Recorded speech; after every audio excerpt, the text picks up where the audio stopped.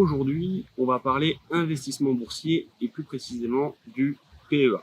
Super outil pour dynamiser ton épargne, le PEA te permet d'investir dans des entreprises françaises ou internationales tout en bénéficiant d'un cadre fiscal avantageux concernant les plus-values.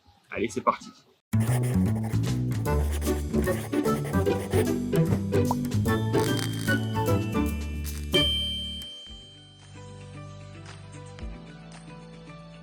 Tu as peut-être déjà entendu parler du PEA ou PEA-PME.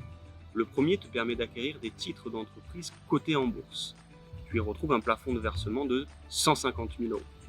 Le second, le PEA-PME, un peu moins connu, te permet d'acquérir des titres d'entreprise non cotés, à taille humaine.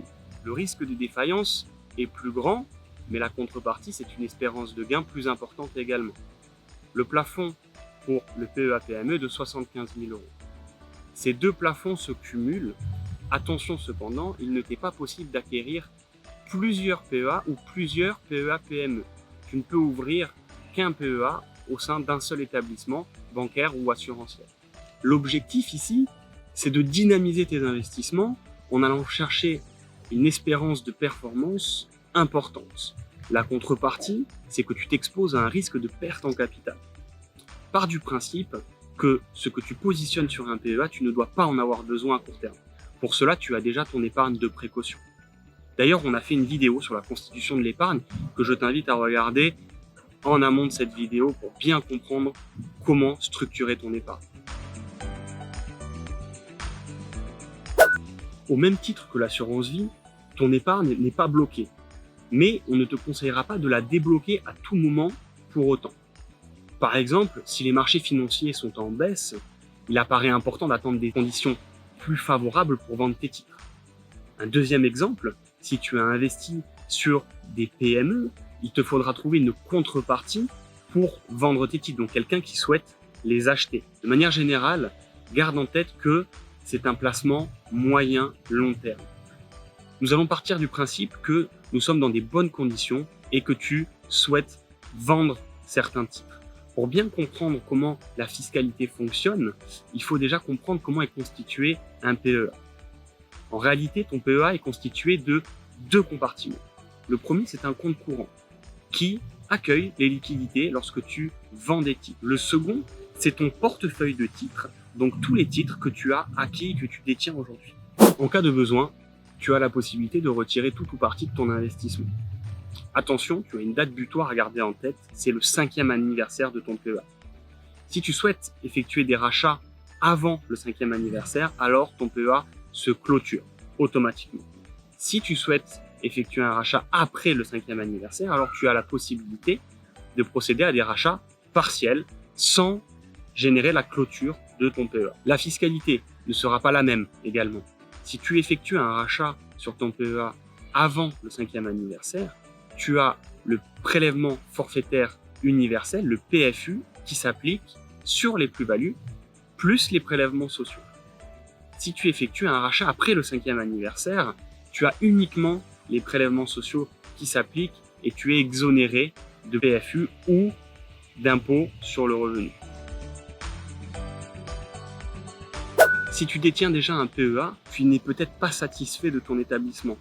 Peut-être parce que les outils digitaux ne te correspondent pas ou parce que tu souhaites déléguer la gestion de ton PEA à des professionnels. Tu as la possibilité de changer de gestionnaire si tu le souhaites. D'ailleurs, ça nous intéresse.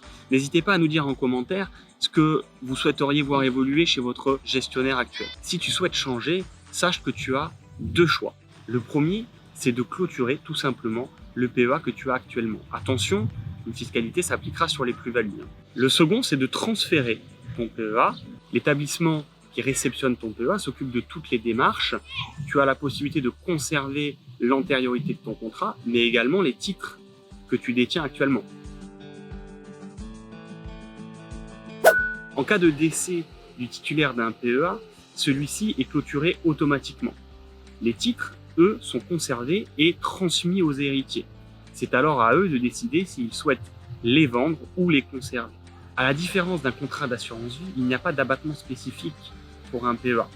La valorisation est calculée au jour du décès, intégrée à la masse successorale pour le calcul des droits de succession. L'ouverture d'un PEA ou PEA-PME est totalement gratuite. C'est en cours de vie que tu retrouveras deux postes de coûts principaux.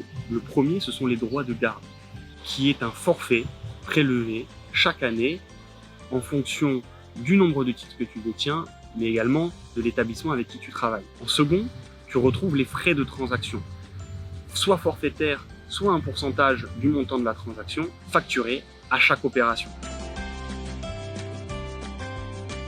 Allez, c'est l'heure de la synthèse. Bon, tu l'auras compris, 3 avantages principaux au PEA. Le premier, c'est de pouvoir investir dans des entreprises françaises ou internationales. Le second, c'est d'aller chercher un potentiel de gain important. Et enfin, le troisième, c'est un cadre fiscal qui est largement avantageux. Il n'y a pas beaucoup de contreparties. Le premier, c'est que tu t'exposes à un risque de perte en capital. Le second, c'est que tu ne peux pas investir de manière illimitée sur un PEA ou un PEA-PME. On l'a vu tout à l'heure, il y a des plafonds de versement qui se cumulent, mais qui sont limités à 225 000 € au global. De par sa nature, le PEA est amené à évoluer constamment. Il faut être capable d'évoluer, de s'adapter aux évolutions de marché, à la conjoncture, au marché émergent. Il peut être pertinent de déléguer la gestion de son PEA à un professionnel gestionnaire. Deuxième point à regarder attentivement, ce sont les frais de transaction principalement. Si tu as des frais de transaction qui sont importants, cela va venir impacter lourdement la performance de ton investissement et c'est pas le but, tu l'auras compris. Et voilà, c'est déjà la fin de cette vidéo. On espère que ça t'aura plu. Si c'est le cas, pense bien à aimer la vidéo, à t'abonner, à cliquer sur la cloche des notifications pour être au courant des nouvelles vidéos.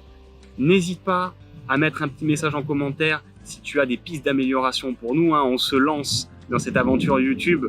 Ce n'est pas notre métier de base. Donc on est ouvert évidemment à toutes les suggestions et ça sera avec plaisir. Moi je vous dis à très bientôt et prends soin de ton patrimoine. Salut!